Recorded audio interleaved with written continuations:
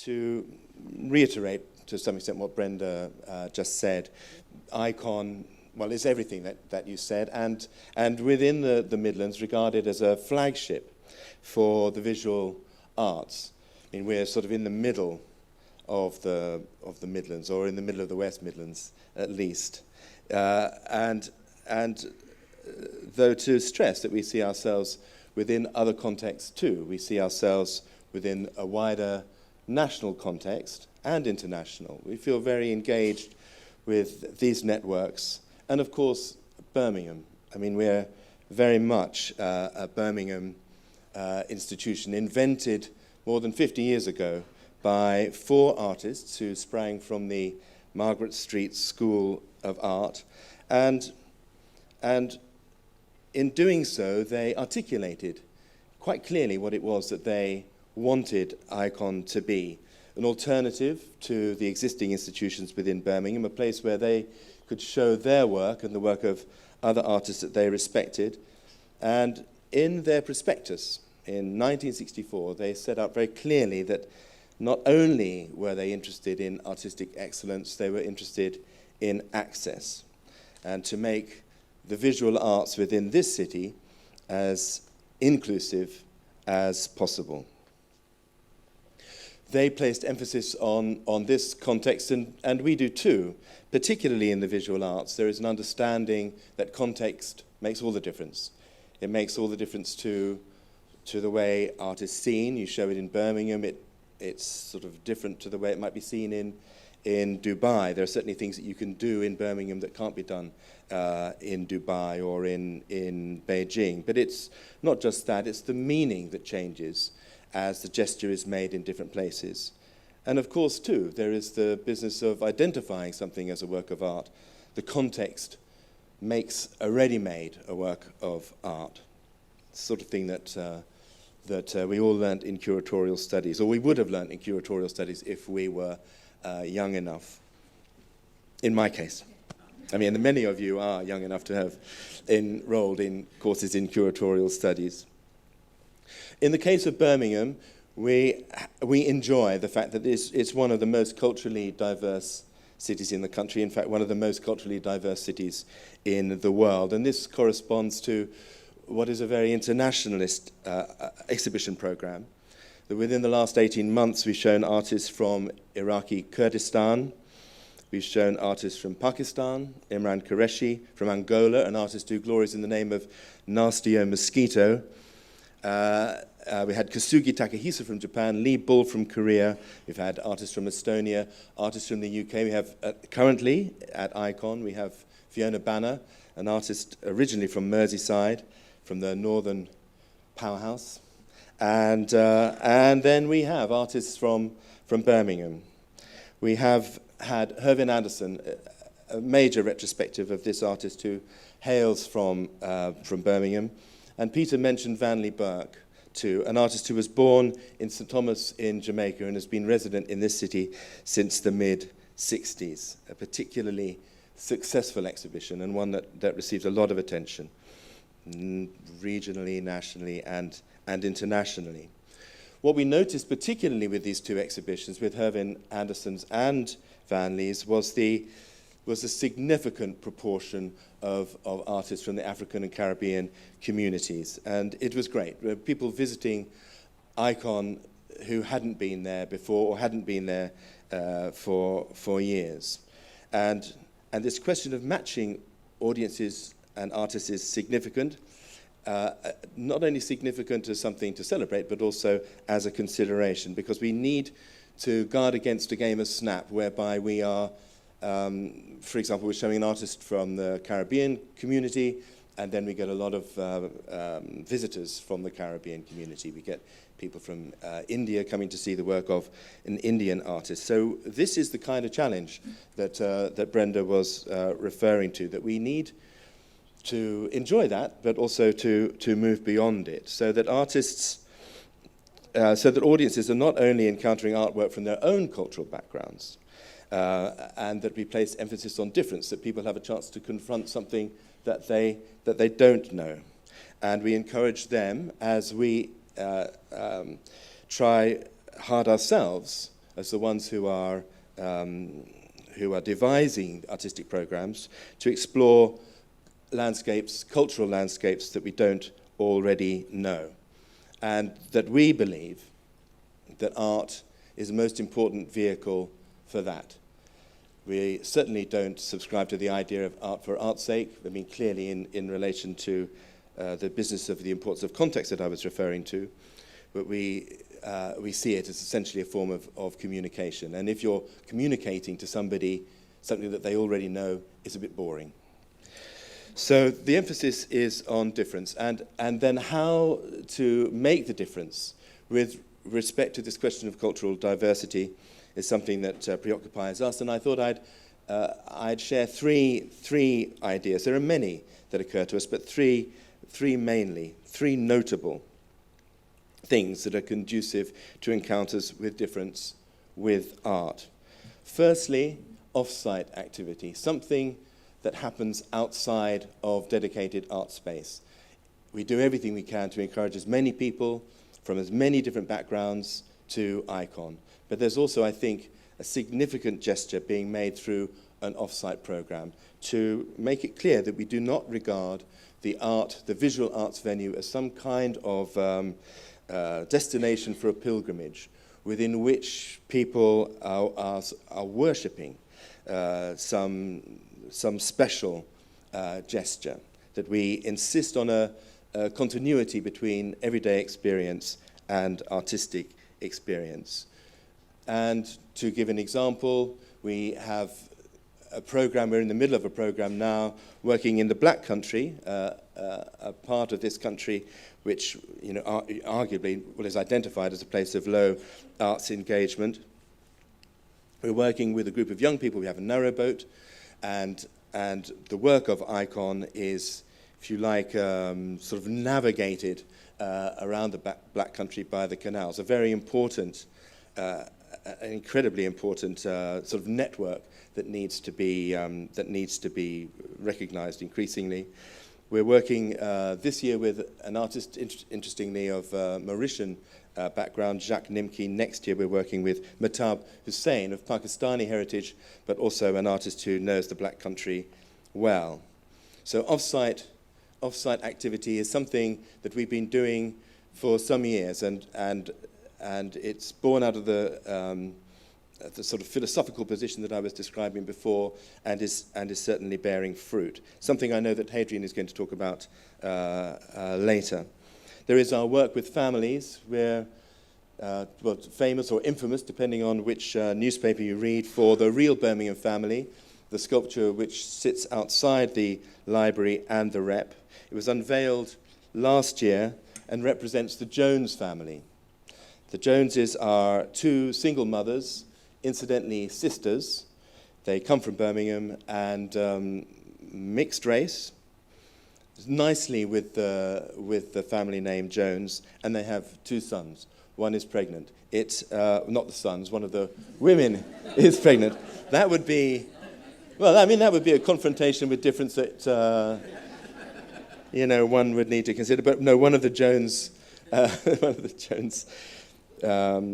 mothers is pregnant, and this, to some extent, it was a project which indicated our commitment to Birmingham. The process was certainly as important as the realization, the casting, and the unveiling of the sculpture. It's also the place where conversation could occur, and certainly huge difference between those on the sort of tabloid right and those on a sort of more liberal-leaning side of our community sort of could engage. The sculpture's still there, in spite of the hopes and dreams of some people, but also to say that our work, but that's just to some extent the kind of tip of an iceberg, and our work with families goes on inside the gallery as well. And particularly successful has been our program of weekend workshops, where families are there for this sort of engaging with themes and issues that arise out of the exhibitions. But it's not just for children, and that's a very important point to make. It's for parents with children to learn in this co-constructive way, whereby a lot is being given on both sides. And certainly we're learning, and we're learning too. The other final point to make, and one I think that is enormously important, particularly for visual arts venues, is free access. And if you make a venue free, then you're going to inevitably encourage greater diversity. And as much as possible, as hard as we can, we'll be holding out for that. And then finally, a heartfelt plea for visual arts venues. Peter was referring to a point that Ellen McAdam had made, the fact that that we need these safe places for dialogue and conversation. Well, there's nothing like a visual arts venue. I mean, a visual arts venue is qualitatively different to most. It's a place that usually has free access. It's open usually 6 days a week. During the day, you can experience an art exhibition very differently to the way you experience other art forms. It's a place within which, you can see an exhibition quickly, you can see it slowly, you can see a bit of it, you can come back to it. You can do it backwards, you can talk in that space. It's a rare space, a rare free and open space for the kind of dialogue that this culture needs, well, any culture needs more of. And visual arts venues, museums and galleries are good for cities. They make them more attractive to residents. They don't want to leave. There's greater student retention. Tourists are interested, more business tourism, etc. Quality of life is raised, particularly, well, by arts in general, but the visual arts venues have a very unique role to play. And they're special places, and particularly well-placed for providing what is of paramount importance, and what we all agree on is required, great art and culture. Thank you very much.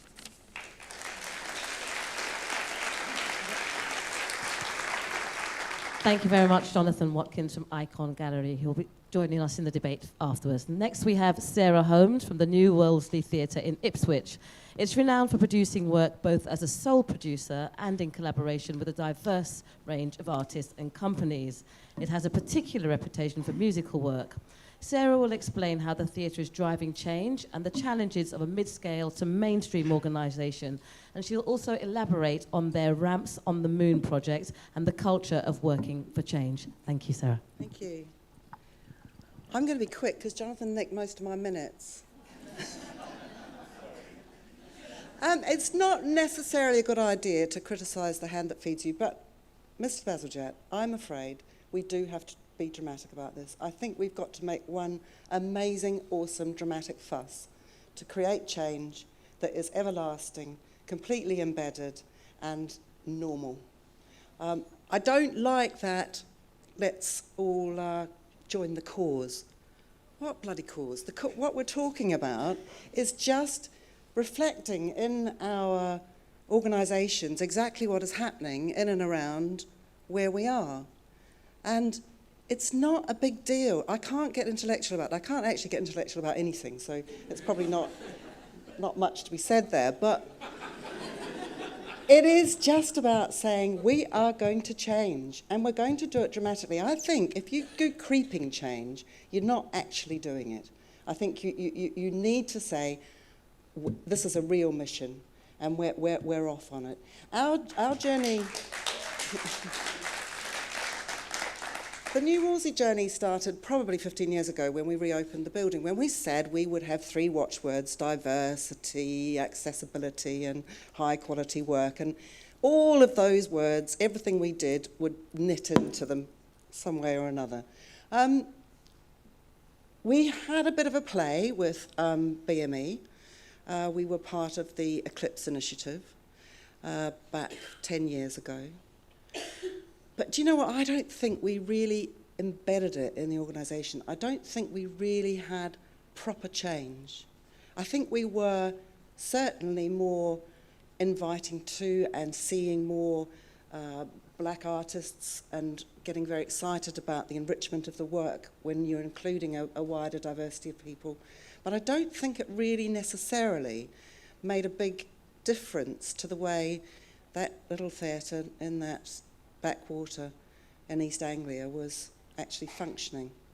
So when it came to this one that we're working on at the moment, which is around deaf and disabled diversity, it came out of a frustration of, we had described performances, we had BSL translated performances, we had opportunities for young people to come and, with disability, to come and participate with us in our projects, but we just weren't seeing enough people. We just weren't engaging with enough people. They weren't coming to us. And we thought we were going out and that they were coming in. It wasn't happening.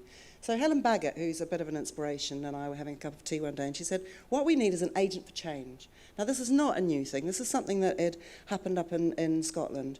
But it makes just such a dramatic intention. We're going to change, and we're going to change the whole organisation from top to bottom.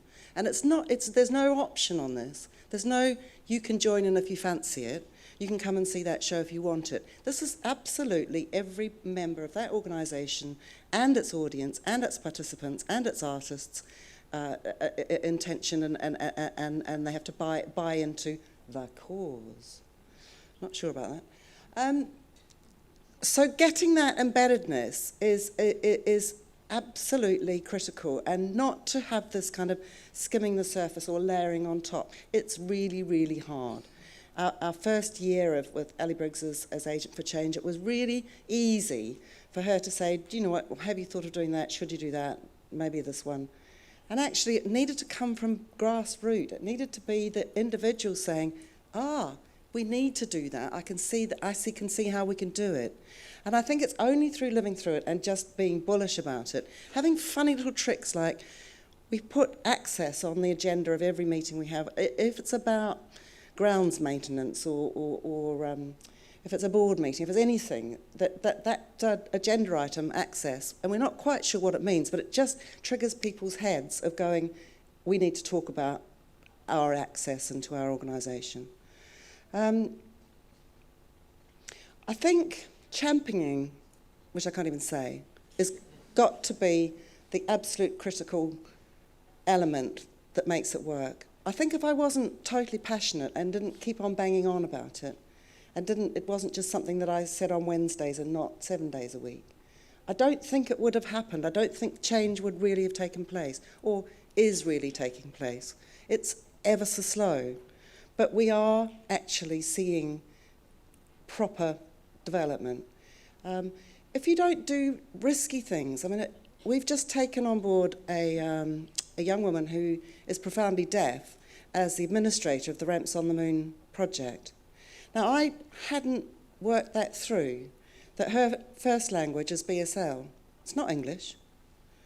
And that is a wonderful cultural enrichment to all of us in that organisation, to have somebody who is speaking a different language. And what's come out of it brilliantly is that so many of the younger people who've got young brains and can really learn things are saying, I want to learn BSL. This is so frustrating. I need to learn BSL. And that's because there's somebody in the room that they want to talk to and know that it's going to be easier talking in their first language than their second language. I think empowering people is essential. I mean, I am not disabled, but I've got two very key people running this project, which is Michelle Taylor, who is herself disabled, who's running our evaluation project. And it isn't just boring data, but terribly important data collection. It is about setting goals and then looking at them. Have you got there? Have you not? And then what do you do to change it? So it's not an evaluator that comes in and says, oh, I'll just watch what you've done and then report on it. It's actually really interwoven into every day's work. She's awesome. She's fearsome. And I really enjoy working with her. And then this recent employment of Sharon Osborne as a profoundly deaf administrator. She also doesn't come from the theatre world. She comes from a fashion world. So she's got to learn all of that as well. It's extraordinary. What a journey. What fun we're having. What an interesting day it is to wake up to. I don't think there's really much else I wanted to say, except Ramps on the Moon is a project around this particular area of work. It's kind of panning out that there's 3 hubs. There's one which is in the north, which is West Yorkshire Playhouse and Sheffield Theatre. There's another one in the Midlands, which is Birmingham Rep and Nottingham Playhouse. And then there's one down in the south east, which is Clitheroe, Stratford East and the New Wolsey in Ipswich.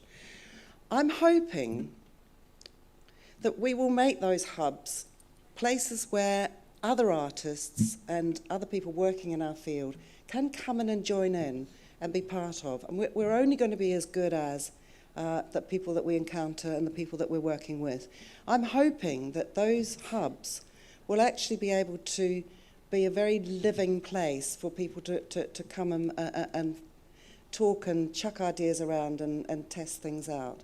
I hope that each of those hubs, and us all collectively, will do an awful lot of the mistake making, that we will try things and then go, oh, heck, that didn't really work, did it? Or that was insulting, or we might not do that again. And be clear and honest about that, not hide it underneath all the gloriousness, but actually say, do you know what, we really did fuck up there, that was not a good thing.